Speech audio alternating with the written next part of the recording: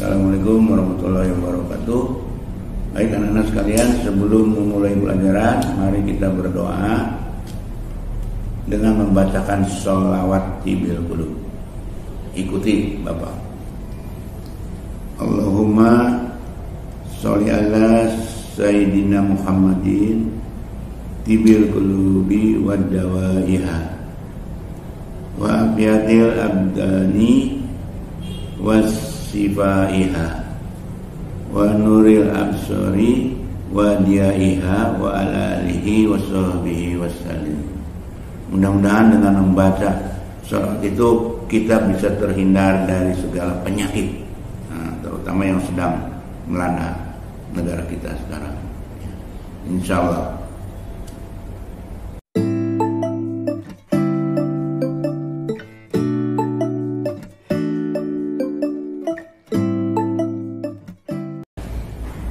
Bismillahirrahmanirrahim. Assalamualaikum warahmatullahi wabarakatuh. Sebelum memulai pelajaran, mari kita bersama-sama berdoa terlebih dahulu sesuai dengan agama masing-masing. Berdoa mulai.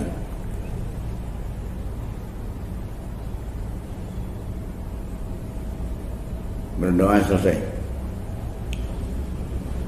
Mudah-mudahan Anda semua ada dalam keadaan sehat walafiat. Anak-anakku sekalian, selamat berjumpa kembali dalam acara pembelajaran jarak jauh. Mudah-mudahan acara ini berjalan dengan lancar dan semua materi yang disampaikan bisa dipahami dengan sebaik-baiknya. Kalau minggu lalu materi yang sudah kita pelajari tentang penghargaan pegawai. Mudah-mudahan materi tersebut sudah Anda pelajari di rumah, ya, dan bisa dipahami dengan sebaik-baiknya. Selanjutnya, untuk minggu ini kita akan membahas tentang disiplin pegawai. Materi ini juga sangat penting untuk diketahui, karena dengan mengetahui masalah disiplin, kita akan bisa membedakan mana hal-hal yang harus kita lakukan dan mana yang harus kita hindari, ya. Itu tentang disiplin, karena umumnya disiplin itu menyangkut peraturan mana yang menjadi kewajiban kita dan mana yang menjadi larangan. Itu umumnya, ya, disiplin. Baik, kita mulai dengan pengertian dulu. Ada yang tahu apa itu disiplin? Disiplin berasal dari bahasa Latin, disiplina, artinya latihan atau pendidikan kesopanan, ya, dan kerohanian serta pengembangan tabiat, watak. Itu asal kata dari disiplin. Lalu bagaimana pengertiannya disiplin? Menurut Kamus Bahasa Indonesia, disiplin adalah latihan batin dan watak dengan maksud agar perbuatannya itu selalu mentaati aturan, selalu mentaati tata tertib, ya, yang berlaku baik itu di tempat kerja maupun di luar dalam masyarakat. Itu menurut kamus. Sedangkan dalam buku wawasan kerja aparatur negara, disiplin adalah sikap mental yang tercermin dalam perbuatan, tingkah laku seseorang atau kelompok atau masyarakat, ya, yang berupa kepatuhan atau ketaatan terhadap peraturan-peraturan pemerintah, kode etik, norma-norma yang berlaku dalam masyarakat, ya, itu menurut wawasan aparatur negara. Sedangkan menurut salah seorang ahli, yaitu Singodimedjo, disiplin adalah sikap, kesediaan, dan kerelaan seseorang untuk mematuhi dan menaati norma-norma peraturan yang berlaku. Itu menurut Singodimedjo. Jadi apa? Kesediaan dan kerelaan untuk mematuhi, ya, norma peraturan yang berlaku. Selanjutnya menurut disiplin PNS, nih ada mengenai PNS, pegawai negeri sipil. Disiplin PNS yaitu kesanggupan PNS untuk menaati kewajiban dan menghindari larangan yang ditentukan oleh perundang-undangan yang berlaku. Nah, itu disiplin pengertian menurut PNS. Nah, dari pengertian tersebut dapat disimpulkan bahwa disiplin itu adalah sikap seseorang pegawai yang menyesuaikan diri dengan sukarela, ya, pada keputusan, peraturan atau ketetapan dari perusahaan atau lembaga tersebut. Nah, itu pengertian, beberapa pengertian disiplin, ya. Nah, sampai di sini mudah-mudahan kalian bisa mengikutinya dengan baik. Lalu mengapa sih mesti ada disiplin? Ada manfaatnya tuh, ya. Apa itu manfaat disiplin? Manfaat disiplin itu bisa untuk perusahaan, bisa juga untuk karyawannya. Ya. Untuk perusahaan apa kira-kira manfaatnya? Yang pertama, menjamin tata tertib. Ya, kalau para pegawainya berdisiplin, maka akan terjamin tata tertib di kantor itu. Yang kedua, menjamin kelancaran pekerjaan. Ya, dengan disiplin itu jalannya pekerjaan akan lancar. Yang ketiga, dapat memperoleh hasil yang optimal, ya, karena pekerjaan berjalan lancar, ya kan, kemudian tertib, pasti itu hasilnya akan optimal, ya. Itu untuk manfaat perusahaan atau lembaga. Untuk karyawan apa sih manfaatnya? Untuk pegawai, yang pertama, tercipta suasana kerja yang menyenangkan, ya, karena semuanya disiplin, jadi senang gitu orang. Yang kedua, bisa meningkatkan semangat kerja, ya, dengan disiplin itu semangat kerja pegawai jadi meningkat. Dan yang selanjutnya, yang ketiga, dapat meningkatkan produktivitas kerja, ya, karena semuanya bekerja dengan baik, dengan penuh semangat, maka produktivitas kerjanya bisa meningkat, hasil kerjanya bisa meningkat. Nah, itu manfaat bagi karyawan. Kita lanjutkan. Disiplin ini dapat dipengaruhi oleh beberapa faktor, ya. Apa aja sih yang bisa mempengaruhi disiplin pegawai?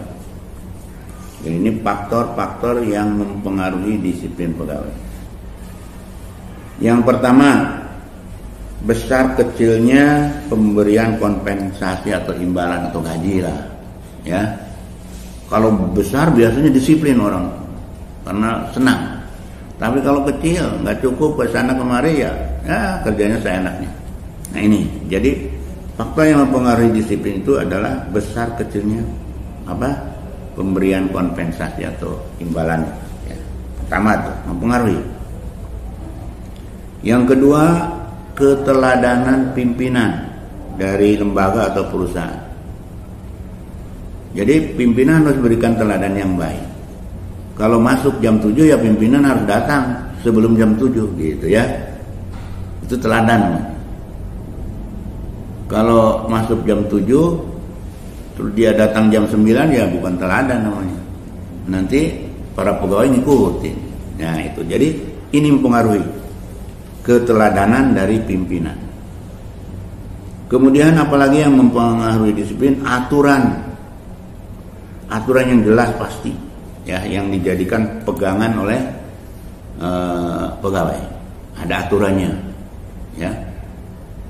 Selanjutnya mempengaruhi juga keberanian pimpinan dalam mengambil suatu tindakan ya kepada pegawai yang indisipliner.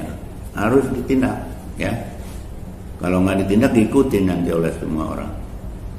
Jadi keberanian pimpinan dalam mengambil tindakan itu mempengaruhi. Yang selanjutnya adalah pengawasan ya. Pengawasan apakah dari unsur pengawas fungsional atau dari pimpinan sendiri, atasan langsung. Itu harus mengawasi. Jangan cuek dibiarkan. Kemudian adanya perhatian dari pimpinan terhadap pegawai. Apa itu maksudnya perhatian itu? Jadi kalau ada salah seorang pegawai mengalami suatu masalah, ya, pimpinan harus punya perhatian lah, menanyakan kenapa ini, itu dan lain sebagainya, sehingga si pegawai akan merasa diperhatikan, ya. Lalu kebiasaan-kebiasaan yang mendukung kedisiplinan ini juga sangat mempengaruhi, menjadi faktor terhadap disiplin. Contohnya apa? Sikap dari para pegawai, tegur, sapa, senyum, salam, gitu ya.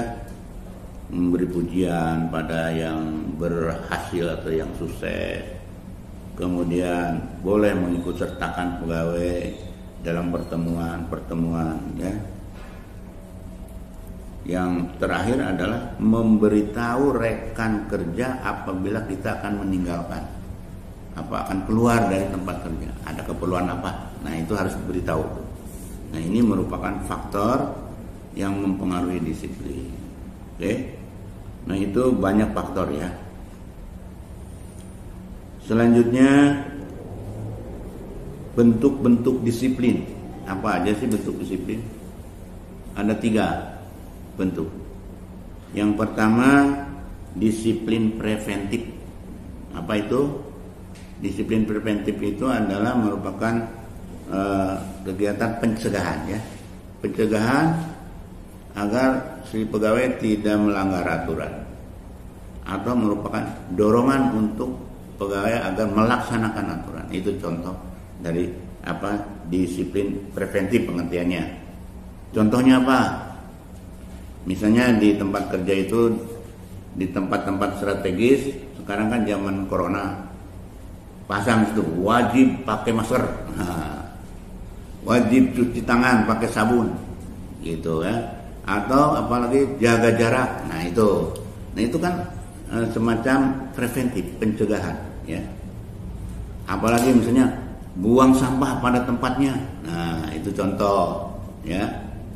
Dilarang merokok, atau gak merokok yang silang itu namanya preventif. Kalau di jalan ada kan disiplin lalu lintas, ada lampu, ya kan. Contoh, lampu merah artinya si pengendara harus diem, ya, jangan terus jalan, ya, stop. Nah, lampu kuning siap-siap, lampu hijau baru jalan. Nah, itulah yang namanya disiplin preventif, sebagai pencegahan terjadinya pelanggaran disiplin. Lalu ada disiplin namanya korektif. Tadi preventif, yang kedua korektif. Apa itu? Yaitu apabila ada pegawai yang melakukan pelanggaran disiplin, maka sudah seharusnya diberikan sanksi disiplin, ya, biar dia kapok gitulah, nggak melaksanakan pelanggaran, ya. Itu namanya disiplin korektif, memberikan sanksi disiplin kepada pegawai yang melanggar disiplin, ya, atau aturan, melanggar aturan. Oke. Dan yang ketiga namanya disiplin progresif. Apa itu? Disiplin progresif itu adalah kepada pegawai yang melakukan pelanggaran berulang-ulang, ya, udah sekali diberi sanksi, melakukan lagi sekali, maka diberikan sanksi yang lebih berat. Itulah sebutnya progresif, disiplin progresif. Maksudnya supaya dia jerah lah, ya, tidak melakukan lagi pelanggaran-pelanggaran. Itu bentuk disiplin, ya. Bapak ulangnya ada 3. Yang pertama preventif, kedua korektif, dan yang ketiga progresif. Lalu kita lanjutkan dengan tingkat dan jenis hukuman disiplin, ya, yang tercantum dalam PP nomor 53 tahun 2010. Ini khusus untuk PNS, pegawai negeri sipil. Ada 3 tingkatan hukuman disiplin. Yang pertama hukuman disiplin ringan. Apa itu? Yang termasuk hukuman disiplin ringan, yaitu yang pertama adalah teguran lisan. Itu termasuk hukuman tuh, ditegur itu, ya. Yang kedua teguran tertulis, ada buktinya, teguran surat. Yang ketiga pernyataan tidak puas secara tertulis. Itu termasuk disiplin ringan, ya. Lalu ada disiplin sedang namanya, hukuman disiplin sedang, hukuman, ya. Yaitu apa? Yang pertama penundaan kenaikan gaji berkala, biasanya paling lama setahun ditunda. Harusnya misalnya bulan Agustus naik, tunda sampai Agustus depan. Nah, karena dia melanggar disiplin, dianggap disiplin sedang. Atau penurunan gaji sebesar 1 kali kenaikan gaji berkala, itu juga paling lama 1 tahun, 1 tahun. Atau bisa juga dengan apa?